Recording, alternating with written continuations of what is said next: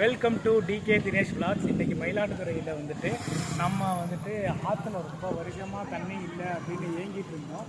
So ஆற்றுல தண்ணி பயங்கரமாக போயிட்டுருக்கு, அதை எக்ஸ்ப்ளோர் பண்ணுவோம்.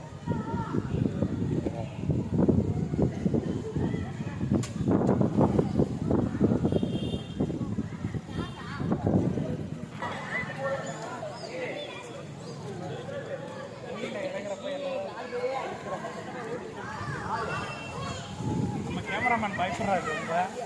என்ன ஃபோனு ஆஃப் பண்ணிட்டு